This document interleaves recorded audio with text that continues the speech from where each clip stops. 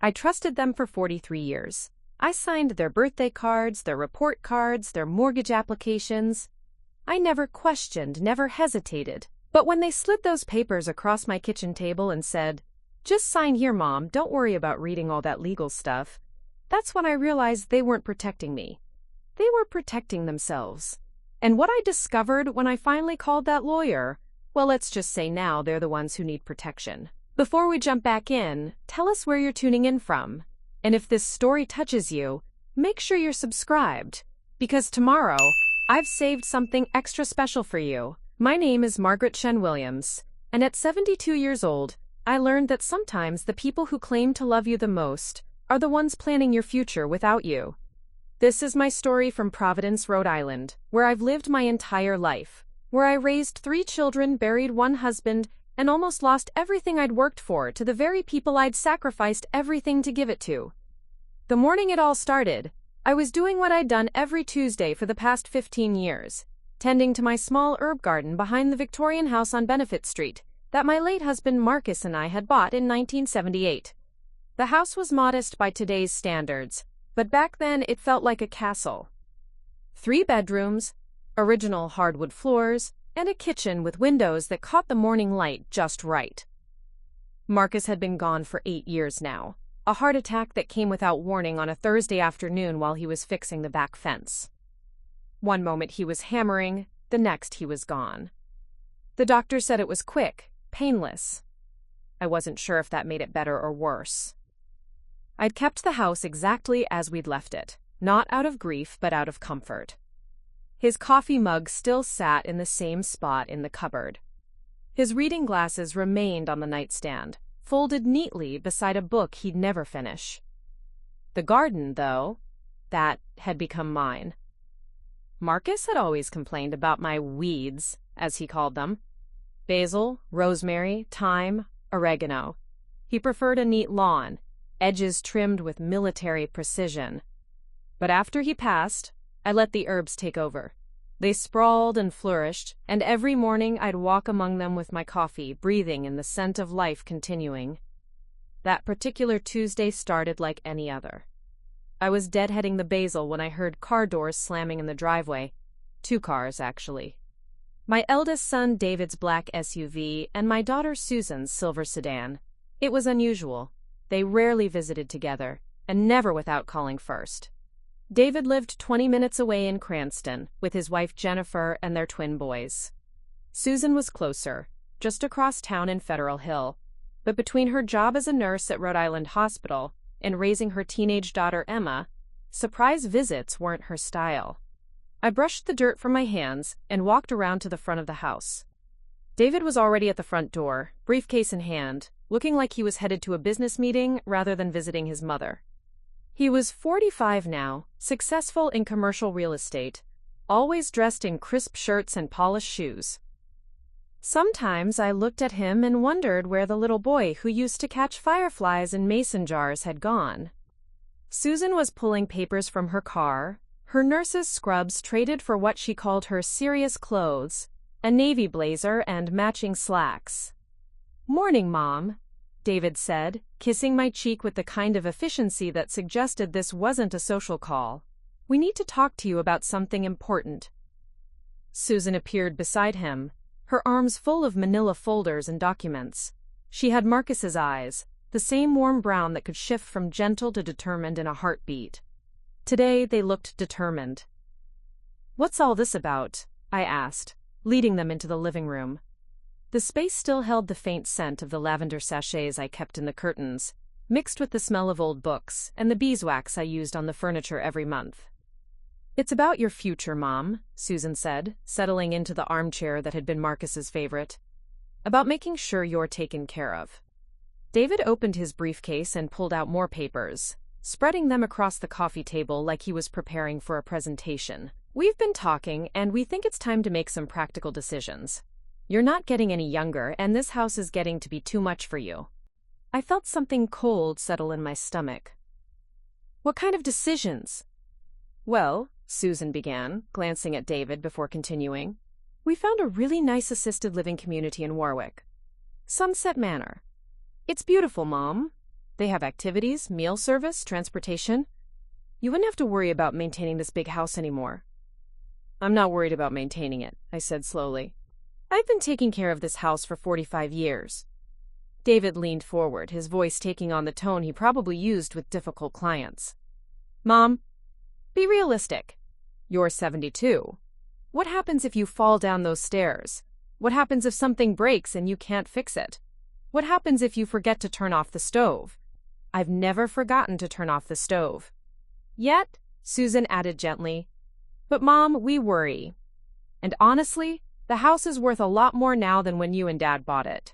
The neighborhood has really developed. We could sell it and use the money to pay for your care, maybe even have some left over for the grandkids' college funds. There it was, the real reason. I looked at my children. These adults I'd nursed through fevers, driven to soccer practice, helped with homework, worried about through college and marriages and career changes, and realized they were looking at me like a problem to be solved, a burden to be managed. I don't want to move, I said simply. David sighed, the kind of sigh that suggested he'd anticipated this response. Mom, we know change is hard, but we've already spoken to a real estate agent. The market is really good right now. We could list the house within the month. You spoke to a real estate agent? About my house? Without asking me? Susan reached over and patted my hand. We're just trying to be proactive, Mom. We want what's best for you. What's best for me is staying in my home. Mom, David's voice carried a hint of impatience now. You're not thinking clearly about this. Do you know how much it costs to maintain a house this size? The property taxes alone are going to eat through Dad's life insurance money. And what happens when you need more care? When you can't drive anymore? When you can't manage the stairs? I wanted to point out that I still drove perfectly well, thank you very much. That I'd been up and down those stairs twice already that morning. That the only thing eating through Marcus's life insurance money was the monthly payments I'd been making toward David's business loan. Something I'd agreed to help with 3 years ago when his company was struggling. Instead, I said, I appreciate your concern, but I'm not ready to make any decisions about moving. That's why we brought these, Susan said, gesturing to the papers David was now organizing. We've done all the research for you. We found the perfect place, we've gotten the paperwork started for the sale, and we even found a lawyer who specializes in elder care transitions. All you need to do is sign a few papers, and we'll handle everything else. Sign what papers? David handed me a thick stack of documents. Just some preliminary stuff. Power of attorney so we can handle the real estate transaction for you. A contract with the assisted living facility to hold your spot. Authorization for us to work with the financial advisors about Dad's investments. I looked down at the papers. The text was small, dense with legal language that seemed designed to confuse rather than clarify. Terms like irrevocable transfer and financial guardianship jumped out at me. This seems like a lot more than preliminary stuff, I said. Mom, you don't need to read through all that legal jargon, Susan said quickly. It's just standard paperwork. The lawyer explained everything to us. You're just giving us permission to help you. Something in her voice made me pause. In all my years of being their mother, I'd learned to recognize the subtle shifts in tone that meant they weren't telling me everything. It was the same voice Susan had used when she was 16 and promised she was just going to study at her friend's house. The same voice David had used when he'd asked to borrow money for his business and assured me it was practically risk-free. I think I'd like to read through these myself, I said, setting the papers on my lap. David and Susan exchanged a look. Quick, but not quick enough. Mom, David said, honestly, it's just going to confuse you. Legal documents are written in a way that's hard for regular people to understand. That's why we paid the lawyer to explain it to us. I may be 72, but I'm not stupid, I said, my voice sharper than I'd intended. Of course you're not stupid, Susan said quickly, but you're also not a lawyer, and you're not a financial advisor, and you're not a real estate agent. We're just trying to save you the stress of dealing with all these technical details. I looked at my children, really looked at them. David was tapping his fingers against his knee, a nervous habit he'd had since childhood. Susan was smiling, but it was the smile she wore at work when she had to deliver bad news to a patient's family. Kind, but strained. How long did you say you've been planning this? I asked. We've been discussing it for a while, David admitted. Ever since Mrs. Patterson next door mentioned that you seem to be struggling with the yard work. Mrs. Patterson. 85 years old and the nosiest woman on Benefit Street. She'd probably been watching me from her window, counting every weed, timing how long it took me to bring in my garbage cans. I'm not struggling with the yard work, I said. I'm enjoying the yard work. There's a difference. Mom, Susan's voice took on the patient tone she probably used with difficult patients. We love you. We want you to be safe and happy. But we also want to be responsible children. We don't want to wait until there's a crisis to make these decisions. What if I don't want to make these decisions at all? The silence that followed was telling. David closed his briefcase with a sharp click. Susan gathered some of the papers back into their folders. Mom, David said finally, we were hoping you'd see the wisdom in this. But if you're going to be stubborn about it, we might have to explore other options. What other options? Well, he said, looking uncomfortable for the first time since he'd arrived, there are legal ways to ensure that elderly parents get the care they need, even when they're not thinking clearly about their own best interests. The words hung in the air like a threat. Not thinking clearly. I felt something cold and sharp settle in my chest. Are you suggesting I'm incompetent? Of course not, Susan said quickly. But Mom, you have to understand our position. We're responsible for you now. If something happens to you because we didn't take action when we could have, how do you think that would make us feel? I looked down at the papers in my lap, then back at my children. I need time to think about this. How much time? David asked. I don't know. A few days. A week. Mom, the real estate market moves fast. If we wait too long, we might miss the best opportunity to sell. Then, we'll miss it, I said. Another exchange of looks between them. Susan stood up, smoothing her blazer. Okay, she said. We'll give you some time. But Mom, please don't take too long. We really do want what's best for you. After they left, I sat in the living room for a long time, the papers still in my lap. The house felt different somehow, like it was already being appraised, measured, evaluated for its market value rather than its meaning. I could hear the grandfather clock in the hallway ticking, counting down moments toward a future I hadn't chosen. Das Ba. I picked up the first document and began to read, slowly, carefully, every word. Preparing and narrating this story took us a lot of time, so if you are enjoying it, subscribe to our channel. It means a lot to us. Now back to the story. That evening, as I sat in Marcus's old recliner with the stack of papers beside me, I found myself thinking about how I'd gotten to this point. How a woman who had once managed a household budget that could stretch $1 into a week, who had negotiated with contractors and insurance agents and school principals, had somehow become someone whose own children thought couldn't handle reading a legal document. I was born Margaret Ann Chen in 1951, right here in Providence, to parents who had immigrated from Taiwan in 1948. My father, William Chen, worked double shifts at a textile factory downtown, while my mother, Rose, cleaned houses for wealthy families on the east side. We lived in a cramped apartment above a Chinese restaurant on Federal Hill, where the smell of five-spice and soy sauce was so constant that I didn't realize other people's homes smelled different until I was 12 years old. My parents had sacrificed everything for the American dream, but their version of that dream was simple.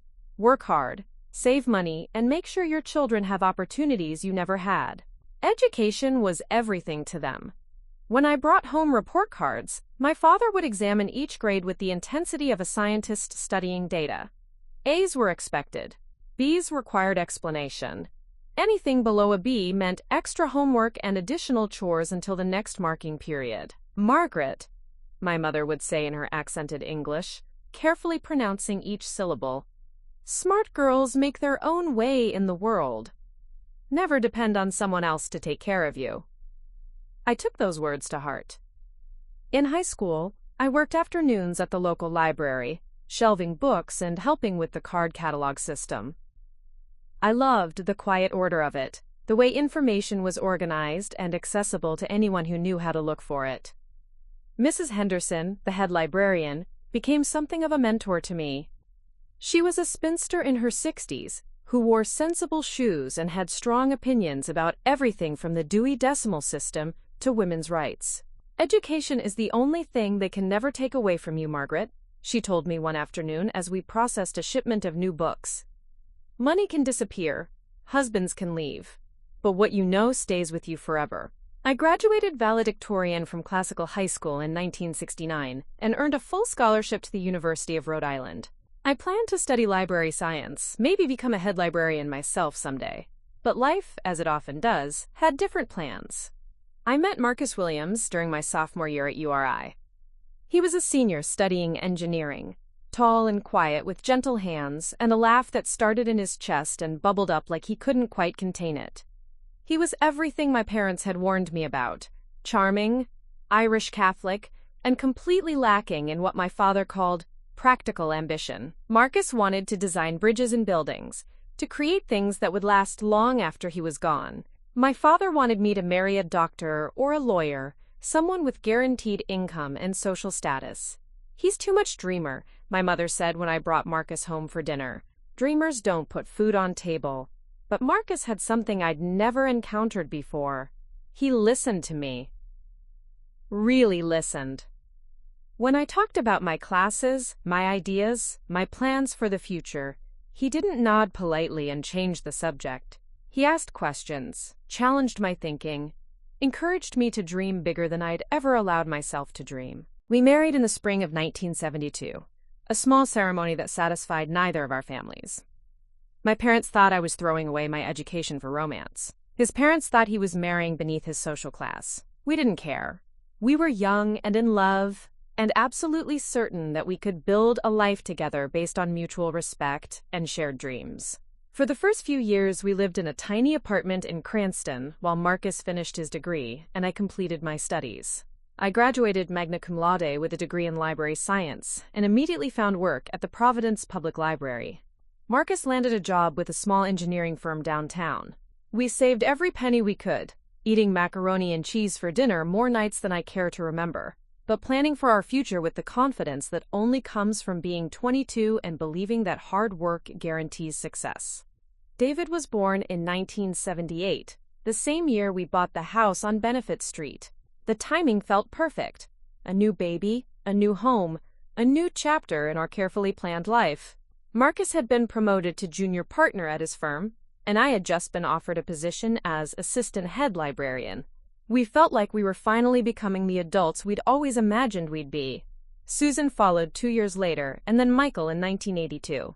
3 children in 4 years, which meant my library career took a back seat to diaper changes and midnight feedings, and the endless, exhausting, wonderful chaos of raising small children.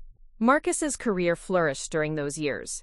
He designed office buildings and shopping centers throughout Rhode Island and southeastern Massachusetts. His name appeared on brass plaques in lobbies, marking him as the engineer who had created these spaces where people worked and shopped and lived their lives. I threw myself into motherhood with the same intensity I'd once brought to my studies. I researched child development like I was writing a thesis. I organized playdates and birthday parties, with the efficiency of a military campaign. I volunteered at their schools, coached their soccer teams, and spent countless evenings at kitchen tables helping with homework that grew progressively more complex as they got older. "You're wasted on this domestic stuff," my friend Linda would say when she'd visit. Linda had kept her career as a social worker, hired nannies and housekeepers, traveled for work conferences. "You have a master's degree, Margaret. You could be running that library by now." But I didn't feel wasted. I felt purposeful. Every scraped knee I bandaged, every bedtime story I read, every school project I helped design felt like an investment in the future. I was building something too, just like Marcus with his buildings. I was building people. The children grew and thrived. David inherited Marcus's analytical mind and my attention to detail. By high school, he was already talking about business school, about making money, about success measured in concrete terms. Susan was more like me, thoughtful, nurturing, drawn to helping others. She announced in 8th grade that she wanted to be a nurse, and nothing ever swayed her from that goal. Michael was the creative one, always drawing or writing stories, or building elaborate structures with Legos. He was also the most sensitive, the one who cried during sad movies and brought home stray cats and worried about other kids who got picked on at school.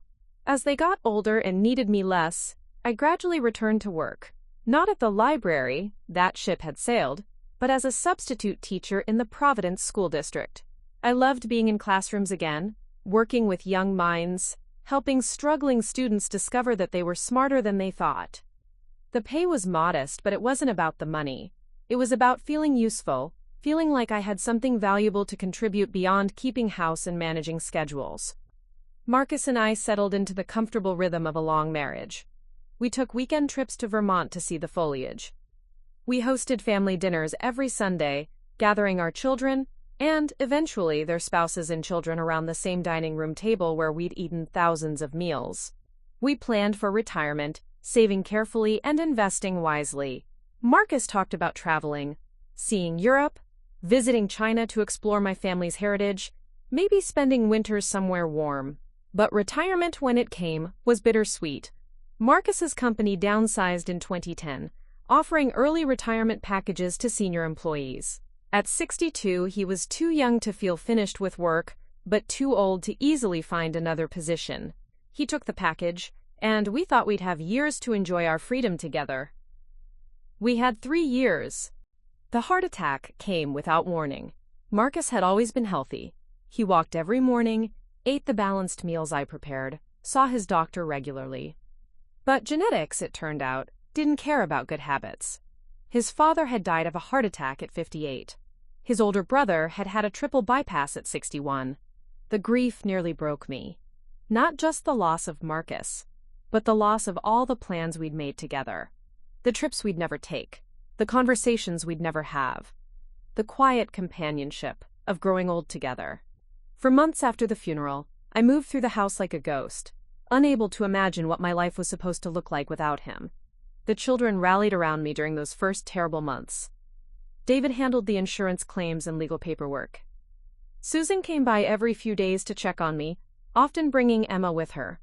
Michael called every evening, sometimes just to chat about nothing, sometimes to share funny stories about his job at the Art Therapy Center, where he worked with troubled teenagers. But gradually, as I began to heal, their attention shifted. David got busy with expanding his real estate business. Susan picked up extra shifts at the hospital to help pay for Emma's college fund. Michael met a woman named Sarah, a graphic designer who made him happier than I'd ever seen him. I didn't mind. I understood that their lives had to go on, that they couldn't stop everything to take care of a grieving mother indefinitely. I was proud of them for building their own lives, pursuing their own dreams. I'd raised them to be independent after all. What I minded was the gradual shift in how they saw me. Somewhere along the way, I'd stopped being their mother, the woman who had managed their schedules and solved their problems, and been their safe harbor in every storm, and become their responsibility. A burden to be managed rather than a person to be cherished. Mala si charbari meta hazarasin. It started with small things. David began handling my tax returns without asking, claiming it was easier for him to deal with the accountant. Susan started bringing groceries when she visited, insisting that it was no trouble to pick up extra items when she shopped for her own family. Michael called less frequently, but when he did call, he'd ask pointed questions about my health, my driving, my ability to manage the house. How? I understood their concern. I really did. They'd already lost their father. The thought of losing their mother must have been terrifying. But somewhere in their fear, they'd forgotten that I was still the same woman who had raised them, who had managed a household and a career, and their grandfather's care during his final years. They'd forgotten that I was capable, that I was strong, that I was still very much alive. And now, sitting in my living room with a stack of legal documents they expected me to sign without reading, I realized how far that transformation had gone. In their minds, I was no longer Margaret Chen-Williams, former teacher, loving wife, devoted mother, capable woman. I was just an elderly person who needed to be protected from herself. The irony wasn't lost on me. I had spent my entire adult life taking care of other people. My parents as they aged, Marcus during his final illness, my children through every crisis and triumph of their lives. I had never been the kind of woman who needed taking care of. Even now, at 72, I was healthier and more independent than many people half my age. But somehow, in their eyes, I had become fragile, vulnerable, someone who couldn't be trusted to make her own decisions about her own life. As I sat there in the gathering darkness, the papers beside me seemed to glow with menace. I didn't need to finish reading them to understand what they represented. They were the legal framework for taking away my autonomy, my home, my right to determine my own future. They were my children's solution to the problem of having an aging mother. What they hadn't considered was that their mother might have her own solutions, her own ideas about how to handle the challenges of getting older. They hadn't asked what I wanted, what I feared, what I dreamed about for my remaining years. They had simply decided, and now they expected me to comply. But as I looked around the living room, where I'd read bedtime stories and helped with homework and hosted family celebrations for decades, I felt something hardening inside me. Something that had been soft and accommodating for too long. I might be 72, but I wasn't ready to be managed. I wasn't ready to surrender the life I'd built, just because it would be more convenient for everyone else. Tomorrow, I decided, I would start making some calls of my own. The next morning arrived gray and drizzly, the kind of October weather that makes you want to stay in bed with a cup of tea and a good book. But I was awake before dawn, my mind churning with fragments of legal language from the documents I'd been reading the night before. Terms like irrevocable trust and conservatorship proceedings had invaded my dreams, turning my sleep into a maze of confusion and anxiety. I made my coffee extra strong and settled at the kitchen table with the entire stack of papers spread out before me. In the harsh morning light, they looked even more ominous than they had the previous evening. There were so many of them, at least 40 pages of dense legal text, broken into multiple documents with official seals and notary stamps already affixed in several places. The first document was titled, Durable Power of Attorney for Financial Affairs. I read it carefully, twice, making notes in the margins with a pencil. The language was deliberately complex, buried in subclauses and legal jargon, but the meaning gradually became clear. By signing this document, I would be giving David complete control over all of my financial accounts, investments, and property. He would have the authority to sell my house, liquidate my savings, make investment decisions, and essentially manage every aspect of my financial life without requiring my consent for individual transactions. The second document was even more troubling. Healthcare Power of Attorney and Advance Directive. This one would give Susan the authority to make all medical decisions on my behalf, including decisions about life support, medication, surgery, and where I would receive care. There was a section about incapacity determination that made my blood run cold. It outlined a process by which Susan could have me declared mentally incompetent if she felt I was making, quote, unsafe or irrational decisions about my health or living situation. But it was the third document that made me set down my coffee cup with trembling hands. Residential Care Agreement with Sunset Manor Assisted Living.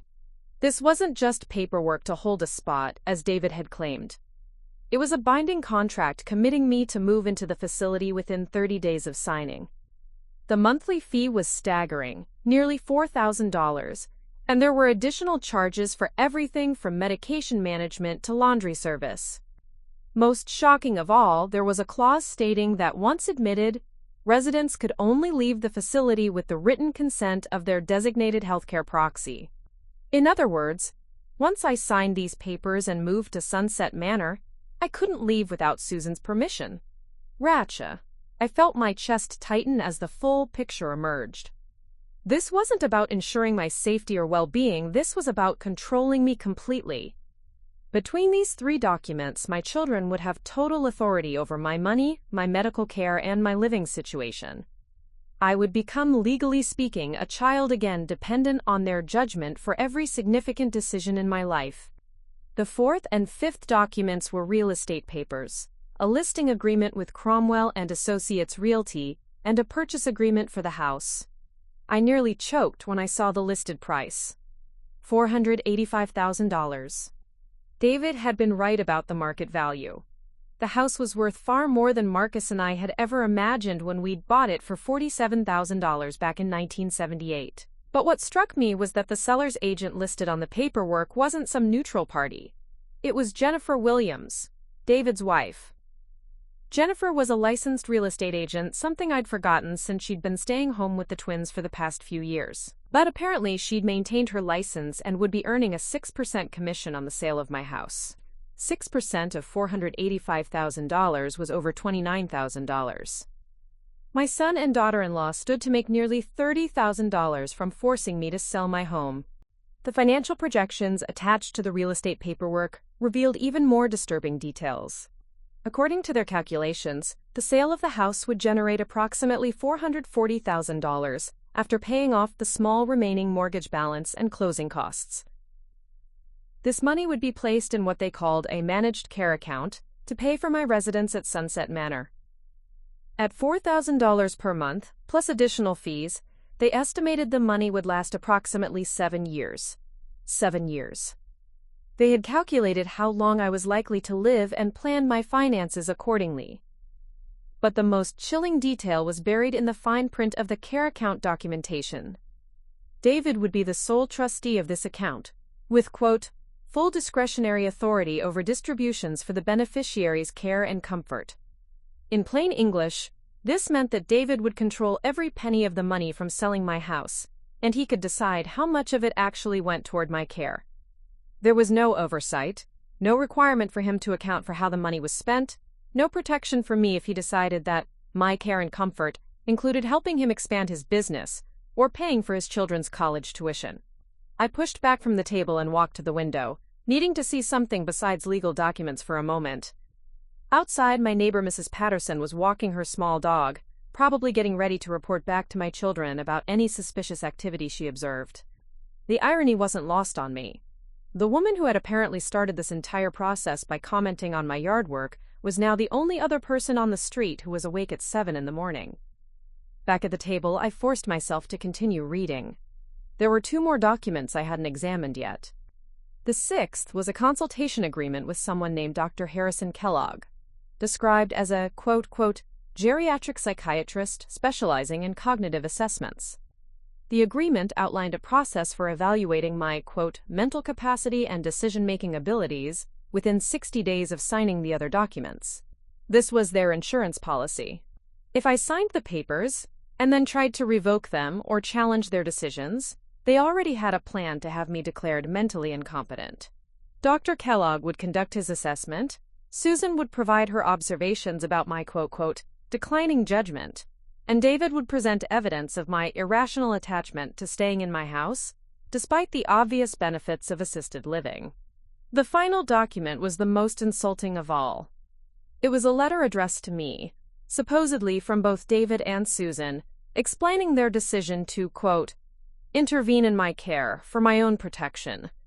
The letter outlined their concerns about my safety, their observations about my declining ability to maintain my home and manage my affairs, and their belief that I was in denial about my need for additional support. But what made my hands shake with anger was the final paragraph. We want you to know that this decision wasn't made lightly. We've consulted with elder care specialists, financial advisors, and legal experts to ensure that we're taking the most responsible approach to your care. We hope that in time, you'll come to understand that we acted out of love and in your best interests. The letter was dated 3 weeks ago. 3 weeks. They had been planning this intervention for at least a month, consulting with specialists and legal experts, making decisions about my future, and I had known nothing about it. All those recent visits, all those casual questions about my health and my ability to manage the house, they hadn't been expressions of concern. They had been intelligence gathering for this legal ambush. I sat back in my chair and stared at the papers scattered across my kitchen table. In the span of one morning, I had discovered that my children viewed me as incompetent, that they had been secretly planning to take control of my life for weeks, and that they stood to profit financially from my displacement. But what hurt most was the realization that they had never considered asking me what I wanted. They had never inquired about my fears, my preferences, my own ideas about how to handle the challenges of aging. They had simply decided that their solution was the only reasonable option, and that my resistance to their plan was evidence of my declining mental capacity. The phone rang, startling me out of my thoughts. The caller ID showed David's number. "Good morning, Mom," his voice was carefully cheerful. "I hope you slept well. Jennifer and I were wondering if you'd had a chance to look through those papers yet." "I'm still reading them," I said, my voice steady despite the turmoil in my chest. "Oh, good. I know there's a lot of information there, but don't get overwhelmed by all the legal language. The important thing is that everything is designed to protect you and make your life easier." "David," I said slowly, "did you know that Jennifer is listed as the selling agent for my house?" There was a pause. "Well, yes. We thought it would be better to keep everything in the family. You know Jennifer will have your best interests at heart. And the $29,000 commission she'll earn from the sale? That's also in my best interests?" Another pause, longer this time. "Mom, Jennifer is a licensed professional. She deserves to be compensated for her work. And honestly, having someone we trust handle the sale means we can be sure you're getting the best possible price." "I see. And Dr. Kellogg's evaluation? When exactly were you planning to mention that I'd need to undergo a psychiatric assessment?" "Mom, it's just a standard consultation. The assisted living facility requires it for all new residents. It's nothing to worry about." But I could hear the defensiveness creeping into his voice now, the tone he'd used as a teenager when caught in a lie. "David, how long have you and Susan been planning this?" "Planning what?" "All of it. The assisted living facility, the sale of my house, the power of attorney documents. How long have you been making decisions about my future without involving me?" "Mom, we weren't making decisions, we were researching options. We were trying to be prepared so that when the time came to make these decisions, we'd have all the information we needed. And who was going to decide when that time had come?" "Well, we were hoping you'd recognize it yourself. But Mom, honestly, some of your recent behavior has been concerning. Mrs. Patterson mentioned that you've been having trouble with the yard work. You seemed confused last week when I asked about Dad's insurance policies. And yesterday, when we tried to explain the paperwork, you seemed resistant to even discussing the options."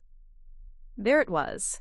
My resistance to their plan was being framed as evidence that I needed the plan.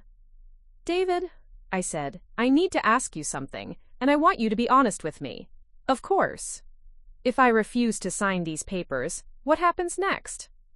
The silence stretched so long that I wondered if the call had been dropped. "Mom," he finally said, "we really hope it doesn't come to that. But if you're not able to make rational decisions about your own care, we might have to explore other legal options." "Such as?" "Well, there are processes for when elderly parents are putting themselves at risk.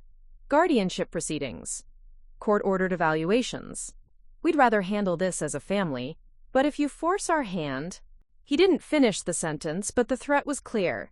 Sign the papers voluntarily, or they would use the legal system to force me to comply.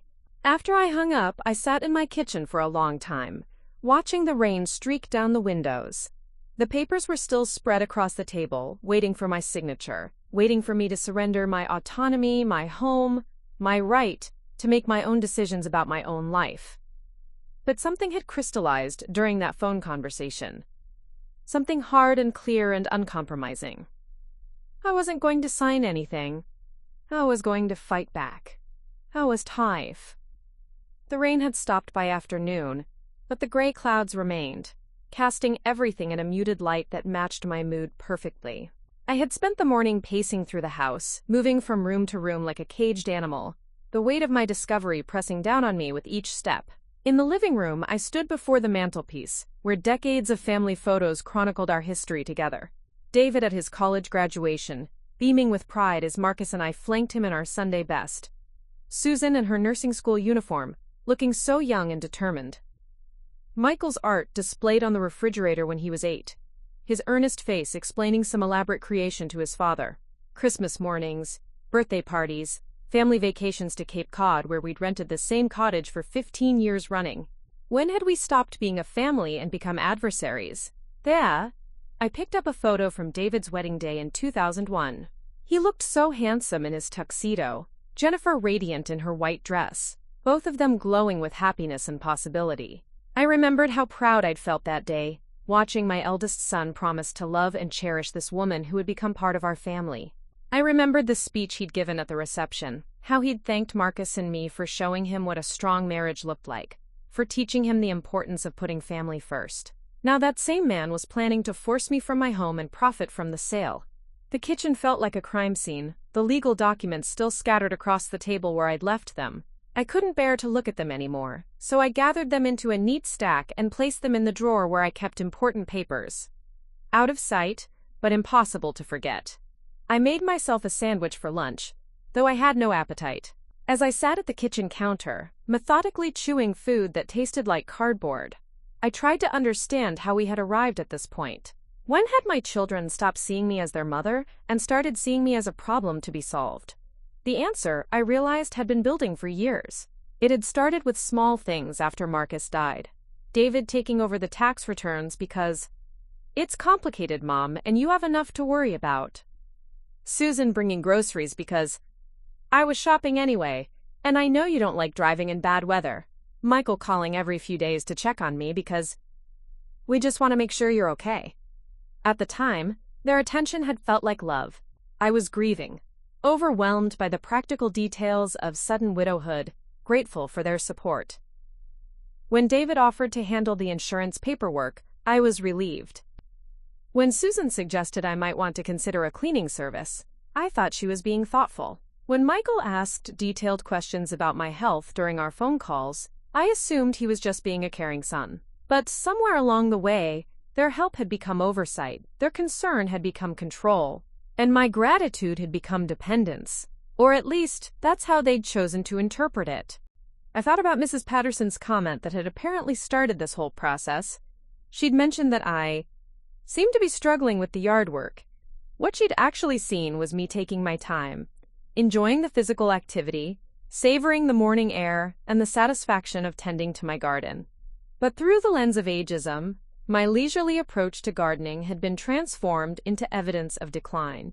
Dapis, Matt Dapis, how many other moments had been similarly misinterpreted? How many times had my children observed my behavior and seen frailty where there was simply preference, confusion, where there was contemplation, stubbornness, where there was independence? I walked upstairs to my bedroom and opened the closet where Marcus's clothes still hung. I'd never been able to bring myself to donate them, though the children had suggested it several times over the years. David had been particularly insistent, claiming it was unhealthy for me to hold on to reminders of the past. But these weren't just reminders. They were comfort. Sometimes, when I missed Marcus terribly, I would press my face into one of his sweaters and breathe in the faint scent of his cologne that still lingered in the fabric. Was that what they meant by irrational behavior? Was my inability to part with my husband's belongings evidence that I was losing my grip on reality? I sat on the edge of the bed and tried to see myself through their eyes.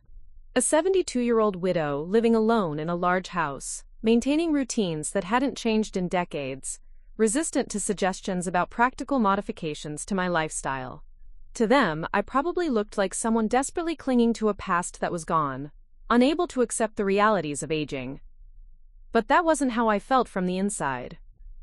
From the inside, I felt like someone who had created a life that worked for me, who had found peace and purpose in my daily routines, who was managing perfectly well on my own. Yes, I moved a little slower than I used to. Yes, I sometimes forgot where I'd put my reading glasses or struggled to open stubborn jars. But these were minor inconveniences, not signs of incompetence. The real question wasn't whether I was capable of living independently. I clearly was.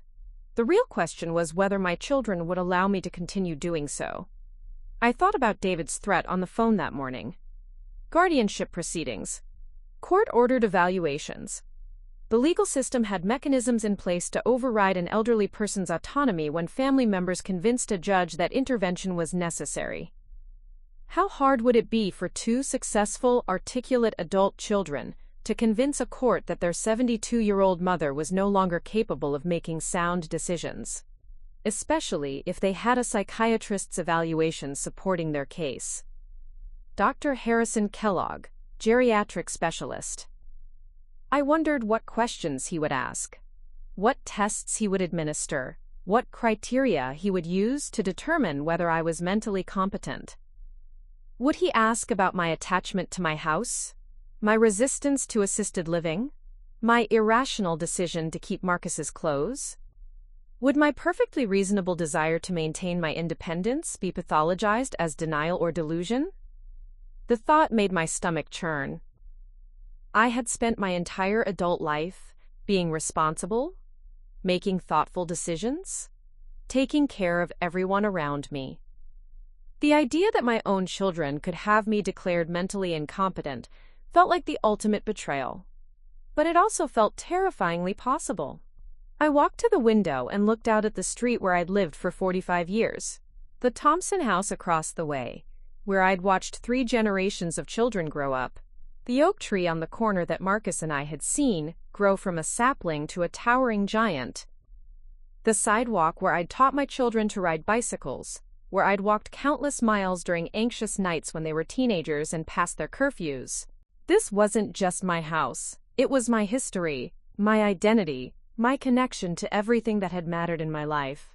The idea of being forced to leave it, of having that decision made for me by people who saw it merely as real estate to be liquidated, felt like a kind of death. But what choice did I have?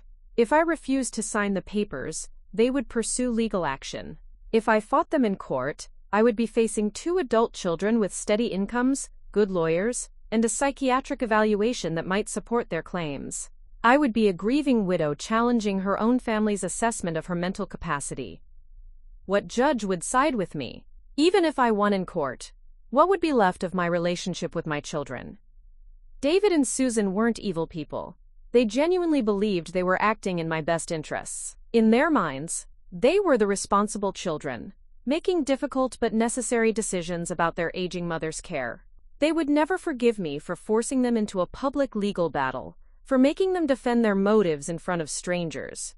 And what about Michael, my youngest, my most sensitive child, who had always been the peacekeeper in our family? He wasn't part of this conspiracy. At least, I didn't think he was. But he would be forced to choose sides if this went to court. The family would be torn apart, possibly beyond repair. Ellie, maybe they were right. Maybe I was being stubborn and irrational. Maybe I was so afraid of losing my independence that I couldn't see the wisdom in their plan. Maybe Sunset Manor would be lovely, full of interesting people and engaging activities.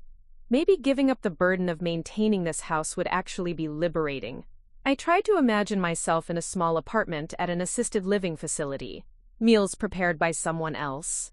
Activities planned by recreational therapists. Transportation provided to approved destinations. No more worrying about broken furnaces or leaking roofs, or whether I'd remembered to lock all the doors at night.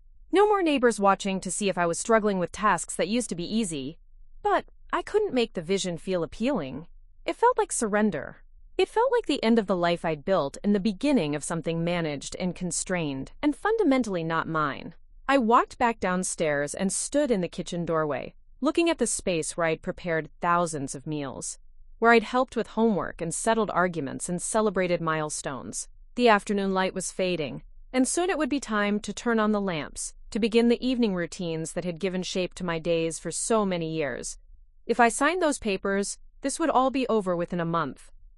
Someone else would stand in this kitchen, cook at this stove, look out at the garden where Marcus and I had planted our dreams. Someone else would decide what happened to the furniture we'd chosen together, the books we'd collected, the small treasures we'd accumulated over a lifetime of shared experiences. But if I refused to sign, I would be facing a battle that I might not be able to win. A battle that would cost me financially, emotionally, and possibly destroy what remained of my family relationships. As I stood there in the gathering dusk, I felt the weight of the decision pressing down on me like a physical force. My children's solution was wrong. I knew that with certainty.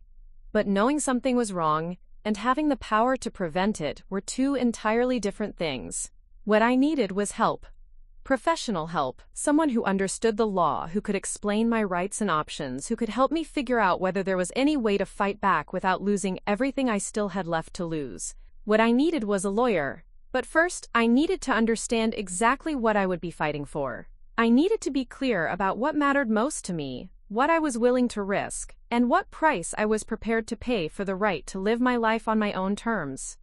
I turned on the kitchen lights and made myself a cup of tea. Then I sat at the table where the legal papers had been spread just hours before, and I began to make a list. On one side, everything I stood to lose by fighting. On the other side, everything I stood to lose by surrendering. By the time I finished writing, the choice was clear. The next morning, I woke up with a clarity I hadn't felt in months. The decision to seek legal help had settled something inside me, transforming the anxious uncertainty of the previous days into purposeful determination. I dressed carefully in my navy blue suit, the one I'd worn to job interviews and parent-teacher conferences, the one that made me feel serious and competent. If I was going to fight for my life, I was going to look like someone worth fighting for. Shawprath. Finding the right lawyer proved more complicated than I'd anticipated. I started by calling the Rhode Island Bar Association's referral service, explaining that I needed someone who specialized in elder law and family disputes. The woman who answered was kind but businesslike, providing me with 3 names and phone numbers. She warned me that most attorneys would require a consultation fee just to discuss my case. The first lawyer I called was booked solid for the next 6 weeks. The second had a secretary who seemed more interested in screening out potential clients than scheduling appointments. But the third, a woman named Patricia Hennessy, agreed to see me that very afternoon. Elder abuse cases often can't wait, she said when I explained the urgency of my situation. Financial exploitation by family members is more common than people realize, and the window for legal intervention can be narrow. Elder abuse. The phrase hit me like a physical blow. I had been thinking of my children's actions as misguided overprotectiveness, but this lawyer was already categorizing it as something much more serious. Patricia Hennessy's office was located in a converted Victorian house in Federal Hill, not far from where I'd grown up. The building had been beautifully restored, with original hardwood floors and tall windows that let in streams of afternoon sunlight. Her office occupied what had once been the front parlor, lined with law books and certificates that spoke to decades of experience. Ms. Hennessy herself was probably in her early 60s, with silver hair pulled back in a neat bun and intelligent gray eyes behind wire-rimmed glasses. She had the kind of direct gaze that suggested she'd heard every story and wasn't easily shocked by human behavior. "Please, call me Patricia," she said as she gestured for me to take a seat in one of the leather chairs facing her desk. "And you're Margaret. Tell me what's brought you here today." I had rehearsed this conversation during the drive over, but sitting in that professional setting, facing someone who would judge the merits of my case, I suddenly felt overwhelmed by the magnitude of what I was alleging. These weren't strangers trying to take advantage of me. These were my children. "I think my son and daughter are trying to force me into assisted living so they can sell my house," I said, the words coming out in a rush. "They've prepared all these legal documents they want me to sign, but when I read them carefully, I realized they're basically trying to take complete control over my life." Patricia nodded, making notes on a yellow legal pad. "Do you have copies of these documents with you?" I pulled the stack of papers from my purse, grateful that I'd thought to make photocopies at the public library that morning. Patricia spent several minutes reviewing them, her expression growing more serious as she read. "Margaret," she said finally, "these documents are extremely comprehensive. If you were to sign all of these, you would be surrendering virtually all of your legal rights. The power of attorney agreements alone would give your children complete control over your finances and healthcare decisions. Combined with the assisted living contract and the real estate paperwork, they would essentially own your life." Hearing a legal professional confirm my fears was both validating and terrifying. Is what they're doing legal? Unfortunately, yes, if you sign voluntarily. Adult children have the right to encourage elderly parents to make what they consider prudent financial and healthcare decisions. The problem arises when there's coercion, fraud, or misrepresentation involved. She looked at me directly. "Have they made any threats about what will happen if you don't sign?" I told her about David's phone call, his mention of guardianship proceedings and court-ordered evaluations.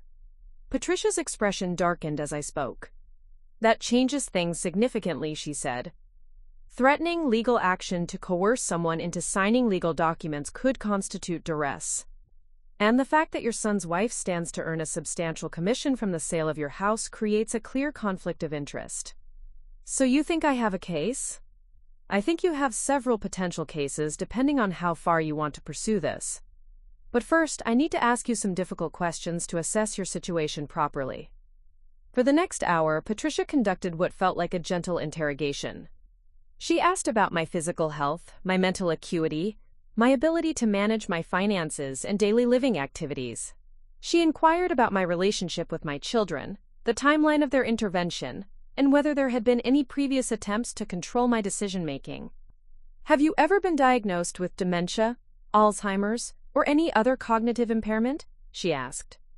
No, never. I see my doctor regularly, and she's never expressed any concerns about my mental capacity. Do you have any documented evidence of your cognitive functioning?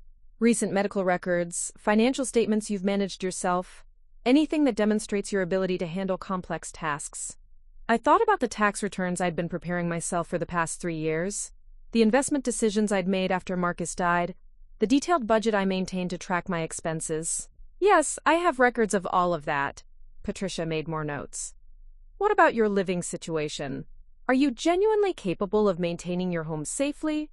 Or are there legitimate concerns about your ability to live independently? This question stung because it echoed my own moments of doubt. I think I'm managing fine. I hire people for major repairs, but I handle the day-to-day maintenance myself. I drive, I shop, I cook, I manage my own medication.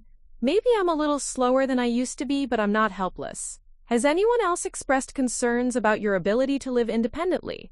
Neighbors, friends, medical professionals? I thought about Mrs. Patterson's comment about the yard work, but realized I had no idea what she'd actually said to my children, or whether her concerns were based on real observations or simple nosiness. Not that I'm aware of. My doctor hasn't recommended any changes to my living situation. Patricia set down her pen and leaned back in her chair. Margaret, based on what you've told me and what I've seen in these documents, I believe you're the victim of what we call, quote, anticipatory elder abuse. Your children are taking steps to control your life based on assumptions about your future needs rather than your current capacity. What does that mean in practical terms? It means we have several options for fighting back. The most immediate step would be to file for a temporary restraining order, preventing them from taking any action regarding your property or finances while we sort this out. We could also challenge any attempt they make to initiate guardianship proceedings. The word restraining order made my stomach clench. Would that mean I couldn't see my grandchildren? Not necessarily. The restraining order would be specific to financial and property matters, not personal contact. But I won't lie to you, Margaret. Pursuing legal action against your children will almost certainly damage your relationship with them, at least in the short term. I had been expecting this, but hearing it stated so bluntly still hurt.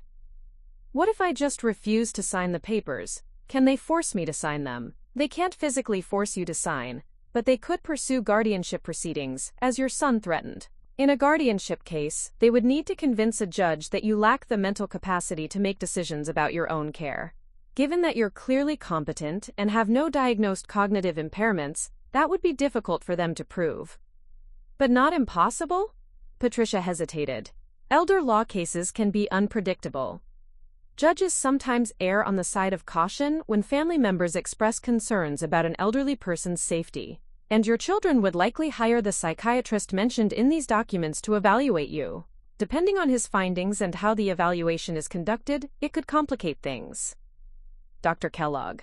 I looked him up online last night. He's written several papers about the importance of family intervention in cases of elderly denial about care needs. That's concerning. It suggests he has a bias towards supporting family-initiated guardianship proceedings. Patricia made another note. Which brings us to a crucial decision point. We could wait to see if your children follow through on their threats, or we could take proactive legal action to protect your rights. What would proactive action look like?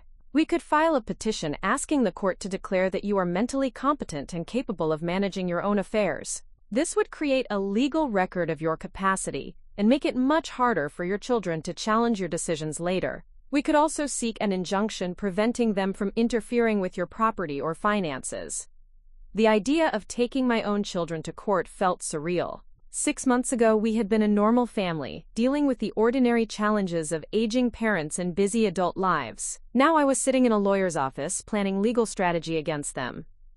Siwa, how much would all of this cost? Patricia quoted an hourly rate that made me wince, then explained that elder law cases could be complex and time-consuming. However, she added, if we can prove that your children were attempting to defraud you or coerce you into signing documents against your interests, we might be able to recover attorney's fees and damages. I thought about the $29,000 commission Jennifer stood to earn from selling my house, about David's plan to control the proceeds from the sale, about the monthly fees I would pay to live in a facility I didn't want while they managed my money without oversight. How long would I have to decide? Not long. The real estate listing agreement has already been signed, though presumably without your consent. If they move forward with putting your house on the market, it becomes much more complicated to stop the process. I felt the walls closing in around me. Even seeking legal advice, I was being forced to make decisions quickly under pressure, exactly what I'd been trying to avoid. Patricia, can I ask you something personal? Do you think I'm being unreasonable?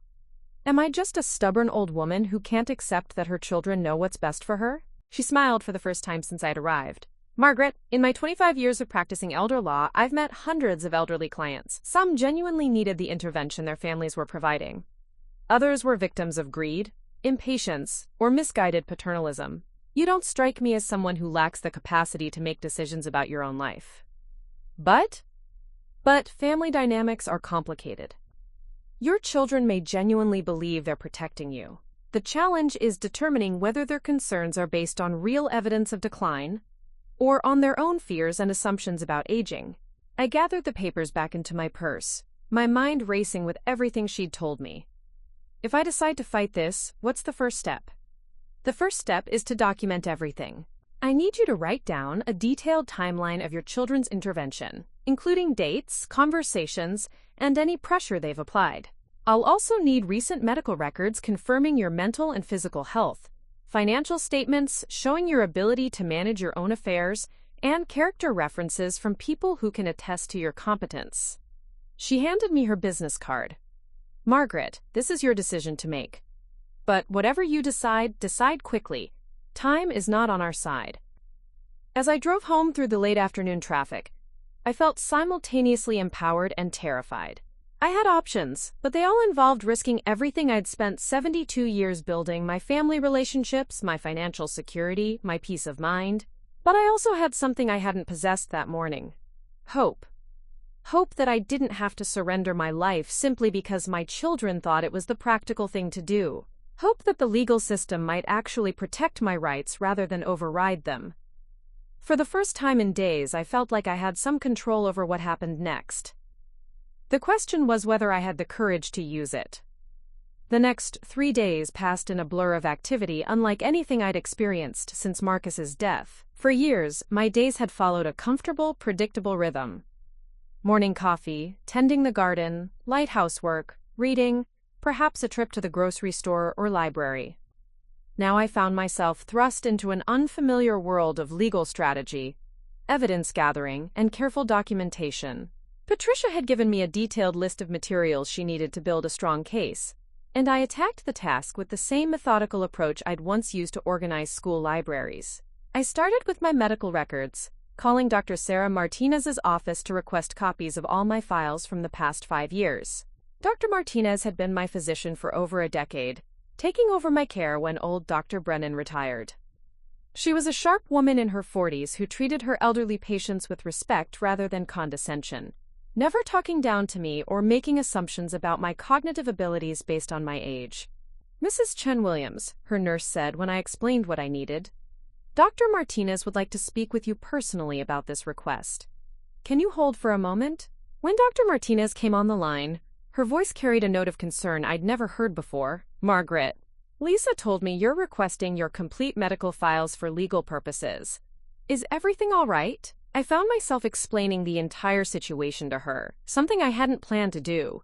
But as I spoke, I realized how important her perspective might be to my case. I'm so sorry you're dealing with this, she said when I finished. This kind of family conflict is more common than you might think, unfortunately. From a medical standpoint, I can tell you that you've shown no signs of cognitive decline in any of our appointments. Your most recent physical showed you're in excellent health for someone your age. Would you be willing to provide a written statement to that effect? Absolutely. In fact, I'd be happy to conduct a comprehensive cognitive assessment if that would help your case. We have standardized tests that can document your mental acuity objectively. This was better than I'd hoped for. When could we do that? How about tomorrow morning? I'll have my office call you with a time. Next, I tackled my financial records. Patricia had asked for 5 years of tax returns, bank statements, and investment account summaries to demonstrate my ability to manage complex financial matters independently. I spent hours in Marcus's old home office, digging through file cabinets and organizing documents I hadn't looked at in months. As I reviewed the paperwork, I was struck by how competently I'd been handling my affairs since Marcus's death. I had successfully navigated the complexities of his life insurance claims, made sound decisions about investment rollovers, and managed our household budget efficiently despite the reduction in income from his pension. But it was when I pulled out the loan documents for David's business that I discovered something that made my hands shake with anger. 3 years ago, when David's real estate company was struggling, he had asked Marcus and me for a substantial loan to help him through a difficult period. We had agreed to lend him $85,000 from our retirement savings, with the understanding that he would repay it over 5 years at a modest interest rate. According to the documents I found, David had been making regular payments for the first 2 years. But after Marcus died, the payments had become sporadic, then stopped altogether. I pulled out a calculator and did the math. David still owed me $47,000. This debt wasn't mentioned anywhere in the financial projections attached to the assisted living paperwork. David had calculated how long my money would last at Sunset Manor without accounting for the nearly $50,000 he owed me. In effect, he was planning to use my own money to pay for my care while defaulting on his obligation to repay the loan that had helped save his business. I made photocopies of all the loan documents and added them to the growing stack of evidence on my kitchen table. The character references Patricia had requested proved to be an interesting exercise in reaching out to people I hadn't spoken with in months. I called Father McKenna at St. Augustine's, where I'd been volunteering in the parish office 2 days a week for the past 4 years. I contacted Margaret Russo, my former principal at the elementary school, where I'd substitute taught until just last year. I even called Helen Chang, my accountant, who had been preparing my taxes since Marcus died. Each conversation followed a similar pattern. Initial surprise at my request, followed by shock when I explained the situation, then immediate offers of support. "Margaret, that's absolutely outrageous," said Margaret Russo. "You were one of our most reliable substitute teachers. The children loved you, and you handled classroom management challenges that gave some of our younger teachers trouble. I'd be happy to write a letter attesting to your competence and reliability." Father McKenna was even more emphatic. "Your organizational skills transformed our parish records system. You digitized 20 years of baptismal and marriage certificates, created filing systems that actually make sense, and trained 3 different volunteers to maintain them. Anyone questioning your mental capacity obviously doesn't know you very well." Helen Chang's response was the most helpful from a legal standpoint. "I've been working with elderly clients for 15 years, she said. "You're sharper than most people half your age. Your financial records are meticulous, you ask intelligent questions about tax strategy, and you've never shown any signs of confusion or poor judgment. I'd be willing to testify to that effect if necessary." By Thursday afternoon, I had assembled a comprehensive portfolio documenting my competence and independence, medical records showing excellent physical and mental health, financial documents demonstrating sound money management skills, character references from professionals who could attest to my reliability and cognitive abilities, a detailed timeline of my children's intervention, including direct quotes from my conversations with David and Susan. But it was the discovery I made Thursday evening that provided the most damning evidence against my children's actions. I had been looking through old emails on my laptop, trying to find correspondence that might be relevant to my case, when I came across something that made my blood run cold. It was an email exchange between David and Susan from 6 weeks earlier, an exchange I had been copied on but had apparently overlooked at the time. The subject line read, "Mom's situation, need to coordinate." David's initial message was brief. "Susan, we need to talk about Mom soon. Jennifer thinks the house could sell for close to $500,000 in this market." Time to start having the conversation about next steps. Susan's response was longer and more detailed. I've been thinking the same thing. She's definitely slowing down. Emma mentioned that Grandma seemed confused about which day she was supposed to pick her up last week. And Mrs. Patterson called me yesterday about the yard situation. Maybe we should start researching assisted living options so we're prepared when something happens. David's follow-up message was the most revealing. Let's not wait for something to happen. Dad always said Mom would never want to be a burden on us. If we handle this proactively, we can present it as a done deal rather than a discussion. I'll call that lawyer Jennifer used for her grandmother's estate stuff. The final message in the chain was from Susan. Good idea. Mom's always been resistant to change, but if we frame it as family, looking out for family, she'll probably go along with it. And honestly, the equity in that house could really help with the kids' college funds. I stared at the screen, reading the messages over and over. Here was clear evidence that my children had been planning this intervention for weeks, that they had made decisions about my future without any input from me, and that financial considerations were a significant factor in their calculations. More importantly, the email chain revealed that their concerns about my competence were based on incredibly thin evidence, a perceived moment of confusion about a pickup time and a neighbor's complaint about yard work. These minor incidents had been transformed into justification for taking control of my entire life. I printed out the email exchange and added it to my evidence file. Then I called Patricia's office and left a message asking for an urgent meeting the next morning. Friday morning found me back in Patricia's office, this time with a banker's box full of documentation. She reviewed everything methodically, occasionally asking questions or making notes, her expression growing more serious as she worked through the materials. "This is excellent work, Margaret," she said finally. "You've assembled a compelling case for your competence and independence. The medical evaluation from Dr. Martinez is particularly strong. These cognitive test scores would be impressive for someone half your age. What about the email exchange between David and Susan?" Patricia's smile was grim. "That's what we call a smoking gun. It clearly shows premeditation and financial motivation for their actions. It also demonstrates that their concerns about your capacity are based on trivial incidents rather than genuine evidence of decline. So you think we can win?" "I think we can do better than win. I think we can prevent this from ever going to court." She leaned forward. "Margaret, your children believe they're dealing with a confused elderly woman who will eventually capitulate to their wishes. They're not expecting organized resistance backed by solid legal representation. What do you recommend?" "I recommend we call their bluff. I'm going to prepare a formal legal response to their demands, documenting all the evidence we've gathered, and making it clear that any attempt to proceed with guardianship proceedings or property transfers will be met with vigorous legal resistance. I'm also going to demand immediate repayment of the loan David owes you." The idea of taking such an aggressive stance against my own children still felt surreal, but I found myself nodding. What happens next? We deliver the response to both David and Susan, along with copies to the assisted living facility and the real estate agent. We make it clear that you are not signing any documents, that you are not moving to assisted living, and that any attempts to proceed without your consent will result in legal action for elder abuse and financial exploitation. Will that scare them off? It should. Most families back down when they realize their elderly relative has competent legal representation and solid evidence of their own capacity. The risk of public exposure and potential criminal charges usually outweighs whatever benefits they thought they'd gain. I left Patricia's office feeling simultaneously empowered and apprehensive.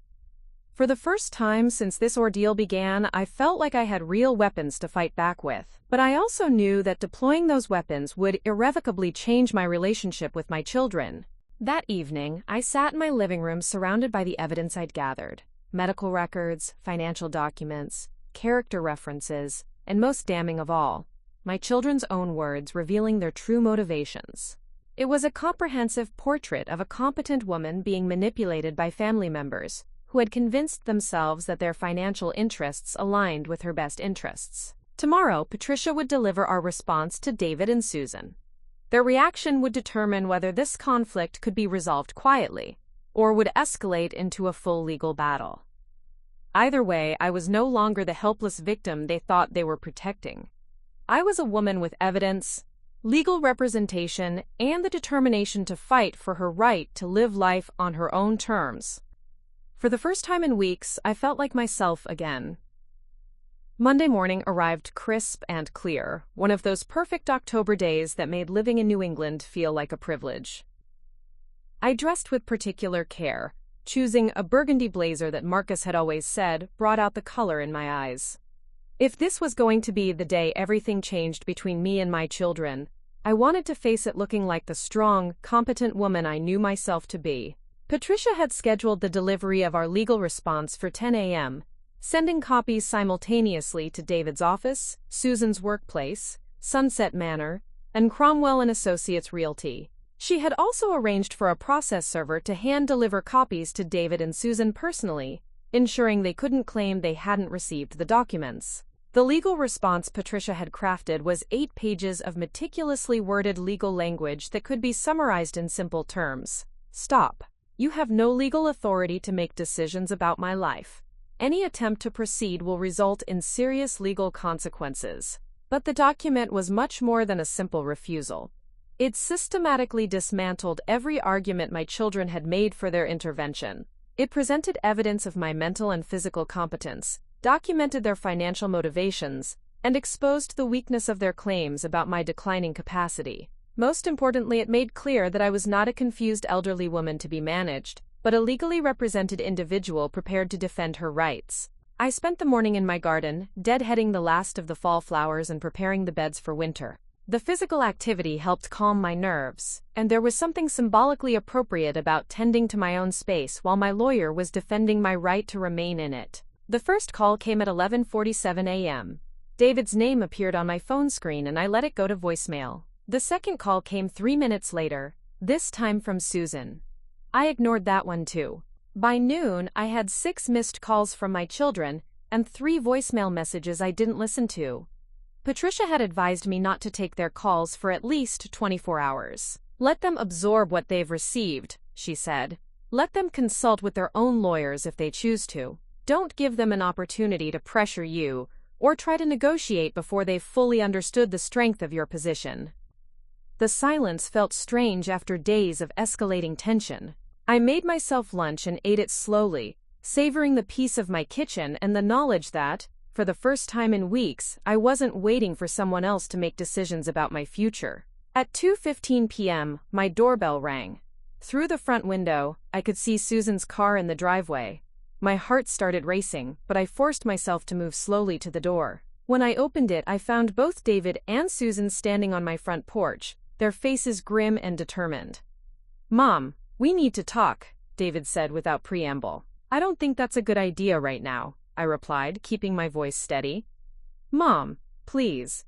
Susan's eyes were red, and she looked like she'd been crying. "We're your children. We love you. We can work this out without lawyers." I studied their faces, seeing a mixture of anger, hurt, and something that might have been fear. They looked like children who had been caught in a lie and were trying to figure out how to talk their way out of trouble. "You involved lawyers first," I said quietly. "You had legal documents prepared, real estate contracts signed, and psychiatric evaluations scheduled, without ever asking me what I wanted. Now you're upset that I sought legal advice of my own?" David stepped forward, his jaw tight with controlled anger. "Mom, this is insane. We're trying to help you, and you're treating us like criminals. Do you have any idea how humiliating it was to have a process server show up at my office with legal papers? Do you have any idea how humiliating it was to discover that my own children were planning to have me declared incompetent based on a neighbor's gossip and a misunderstanding about a pickup time?" Susan's face crumpled. "Mom, we never meant for it to feel like that. We were just trying to be responsible. We were scared something would happen to you, and we wouldn't be prepared to help. By selling my house and putting me in assisted living without my consent? We weren't going to do anything without your consent," David protested, but his voice lacked conviction. I pulled out my phone and read from the email exchange I'd discovered. "Let's not wait for something to happen. If we handle this proactively, we can present it as a done deal, rather than a discussion. I looked up at David. Those are your words. That doesn't sound like seeking my consent. The color drained from David's face. You went through our private emails?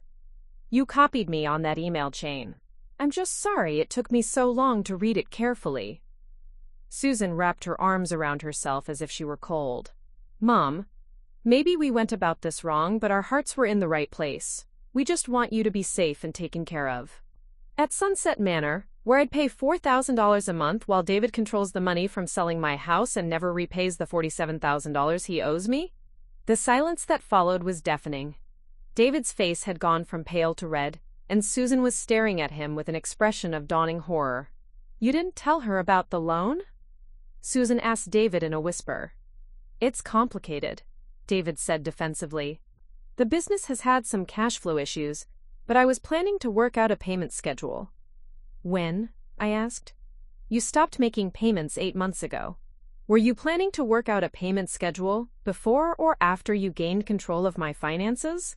Susan turned to stare at her brother with an expression I'd never seen before, a look of complete betrayal. David, please tell me you weren't planning to use Mom's money to cover your business debts. It's not like that, David said quickly. The loan was always going to be repaid. And honestly, if Mom is living at Sunset Manor, she won't need as much money anyway. It would have worked out for everyone. Worked out for everyone except me, I said. I would have been paying for my own imprisonment with money that should have been returned to me. David's composure finally cracked completely. Imprisonment? Mom, it's assisted living, not prison. You'd have activities, social interaction, medical care on site. It's a nice place. I'm sure it is, for people who choose to be there. Susan was still staring at David with a mixture of shock and disgust. I can't believe you didn't tell me about the loan situation. I thought we were making decisions based on Mom's best interests, not your financial problems. We were, David insisted. Mom's best interests and our family's financial stability aren't mutually exclusive. The house is too big for her, the neighborhood is changing, and she's getting older whether she wants to admit it or not. I'm standing right here, I said sharply. Stop talking about me like I'm not present. David turned back to me, his face flushed with anger and embarrassment. Fine, Mom, you're 72 years old. You live alone, in a big house that's expensive to maintain. You don't have any close friends nearby, you spend most of your time by yourself, and you're too proud to admit when you need help. We're trying to set up a situation where you'll be safe and cared for, and you're acting like we're trying to rob you. You are trying to rob me, I said calmly. You're trying to take my home, my money, and my right to make decisions about my own life. The fact that you think it's for my own good doesn't change what it is. Susan finally spoke up, her voice barely above a whisper. Mom, what do you want from us? It was the first time either of them had asked me what I wanted, and the question caught me off guard. I realized I'd been so focused on fighting their plan that I hadn't clearly articulated what I hoped to achieve. I want you to treat me like a competent adult, I said slowly. I want you to respect my right to live in my own home as long as I'm able to do so safely. I want David to repay the money he owes me according to our original agreement. And I want us to find a way to discuss my future needs honestly, without threats and ultimatums. What if we can't agree? David asked. Then we'll have to live with our disagreement. But you don't get to override my decisions just because you think yours are better. Susan was crying openly now. Mom, I'm so sorry. I thought we were being responsible children. I never meant for you to feel attacked or betrayed. I felt my anger begin to soften as I looked at my daughter's distressed face. Susan, I know you meant well, but good intentions don't excuse taking away someone's autonomy. David was less conciliatory. So what happens now? Do we just pretend none of this happened? No, I said. We acknowledge what happened, and we learn from it. You learn that I'm still capable of making my own decisions, and I learn that I need to be more proactive about communicating my wishes instead of assuming you understand them. And the legal stuff? Susan asked. That depends on you. If you're willing to respect my decisions and work with me instead of against me, we can probably resolve this without lawyers. But if you try to move forward with guardianship proceedings, or any other legal action against my wishes, I'll fight you with everything I have." David's phone buzzed, and he glanced at it. "It's Jennifer. She's getting calls from the real estate agent about canceling the listing." "Good," I said, "because the listing was never valid to begin with." He looked up at me with something that might have been respect. "You really did your homework, didn't you?" "I had excellent legal advice." Susan wiped her eyes with a tissue. "Mom, can we start over? Can we figure out a way to have conversations about your future that don't involve lawyers and legal documents?" "I'd like that," I said. "But it has to be genuine conversation, not you presenting me with decisions you've already made." David put his phone back in his pocket. "What about the money I owe you?" "What about it?" "I can't pay it all back immediately. The business really is struggling. Then we need to work out a realistic payment plan, with interest." He nodded slowly. "That's fair." Susan stepped forward hesitantly. "Mom, can I hug you?" I opened my arms and she fell into them with a sob. "I'm so sorry," she whispered. "I never wanted to hurt you." "I know, sweetheart, I know." David didn't move to join the embrace, but his expression had softened. "Mom, for what it's worth, I really did think we were doing the right thing." "I believe that," I said over Susan's shoulder. "But David, your definition of the right thing can't be the only one that matters." After they left, I sat in my living room and called Patricia to update her on the conversation. She listened carefully to my account of the meeting. "It sounds like they're ready to back down," she said. "But Margaret, I want you to be prepared for the possibility that this isn't over. Family dynamics don't change overnight, and the underlying issues that led to this confrontation haven't disappeared." "What do you mean?" "They still believe you're too old to live independently. They still see your attachment to your home as irrational. They may agree to respect your decisions for now, but if anything happens, if you have a fall, if you get sick, if there's any incident they can point to as evidence of decline, they may try this again." She was right, of course.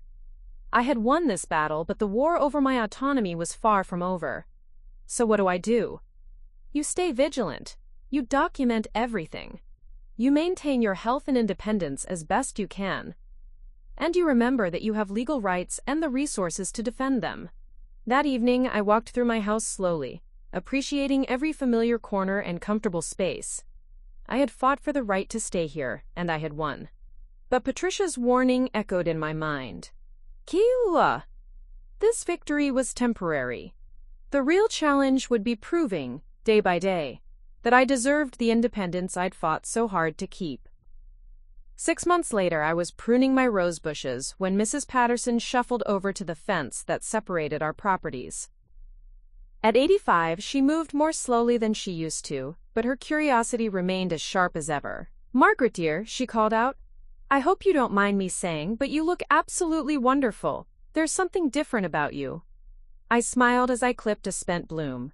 "Thank you, Eleanor. I feel different." And I did. The woman who had stood trembling in her kitchen 6 months ago, overwhelmed by legal documents and family pressure, had been replaced by someone stronger, more confident, more certain of her own worth and capabilities. The changes hadn't happened overnight. The first few weeks after the confrontation with David and Susan had been awkward and tentative. Family dinners resumed, but with a new dynamic. My children were more careful with their words, more respectful of my opinions, more willing to ask rather than assume.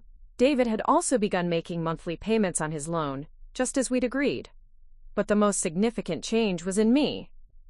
I had discovered something I hadn't known I'd lost: my voice. For years after Marcus's death, I had allowed my children to gradually take over aspects of my life, mistaking their control for care. I had become passive, grateful, accommodating. The legal crisis had forced me to remember who I was beneath all that gratitude. Miss Septas, I was Margaret Chen-Williams. I had immigrated parents who taught me to stand up for myself. I had raised 3 children, managed a household, built a career. I had survived my husband's death and created a meaningful life on my own terms.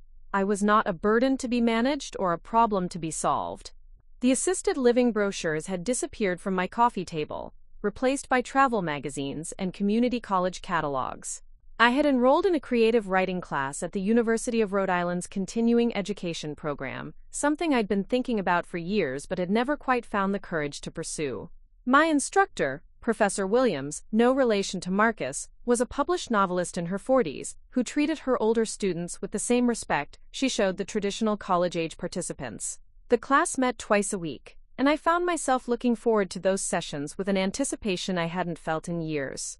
"You have a natural gift for narrative," she had told me after reading my first assignment, a short memoir about my parents' immigration experience. "Have you ever considered writing your family's story?" The idea had taken root immediately. I began spending mornings at my laptop, not reading legal documents or researching assisted living facilities, but crafting stories about my childhood in Federal Hill, my courtship with Marcus, the challenges and joys of raising children in the 1980s. The words flowed easily, as if they'd been waiting years for permission to emerge. David had been skeptical at first. "Mom, are you sure you want to be driving to campus twice a week? What if something happens?" But when I showed him the story I'd written about the day he was born, the blizzard that had trapped us in the hospital for 3 days, the way Marcus had paced the corridors wearing a groove in the linoleum, his expression had softened. "I never knew about the blizzard," he said quietly. "You never told us that story." "There are a lot of stories I never told you," I replied. "I'm finally getting around to it." Susan had been more immediately supportive, especially after I wrote a piece about her decision to become a nurse. She had always thought her career choice disappointed Marcus and me, that we had wanted something more prestigious for our daughter. The truth was that we had been enormously proud of her compassion and dedication, but had never found the right words to express it. "Mom," she said after reading the story, tears in her eyes, "I had no idea you felt that way." "We felt that way about all of you," I told her. "We just weren't very good at saying it." Michael had been delighted by my new hobby. As the artistic one in the family, he understood the satisfaction of creating something from nothing, of transforming experience into art. "You should think about publishing some of these," he suggested during one of our weekly phone calls. "Local newspapers are always looking for human interest pieces, especially from older writers with life experience." The idea terrified and thrilled me in equal measure. Publishing meant putting my words, my thoughts, my experiences out into the world for strangers to judge. It meant claiming space in a way I'd never done before. But hadn't I already done that when I hired Patricia Hennessy? Hadn't I already claimed space when I refused to sign documents that would have erased my autonomy? Writing for publication felt like a natural extension of the voice I'd rediscovered. I submitted my first piece to the Providence Journal's Sunday magazine, an essay about the sandwich generation caught between aging parents and adult children with their own needs. To my amazement, they published it, along with a small photo and a brief biography that identified me as a retired educator and new writer living in Providence. The response was overwhelming. Letters arrived from readers who had experienced similar family conflicts, who felt caught between their own needs and their children's expectations. Several women invited me to speak at their book clubs or community groups. "You've touched a nerve," Professor Williams told me. "There are a lot of people struggling with these issues who don't have a voice to express their experiences." The speaking engagements led to more writing opportunities. A regional magazine asked me to write a monthly column about aging with dignity. A local senior center invited me to teach a workshop on family communication.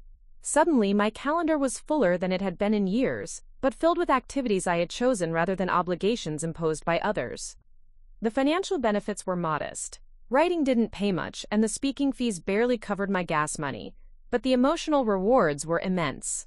I was contributing something valuable to the world, sharing wisdom earned through experience, helping other people navigate challenges I had faced myself. David had been particularly impressed by the magazine column.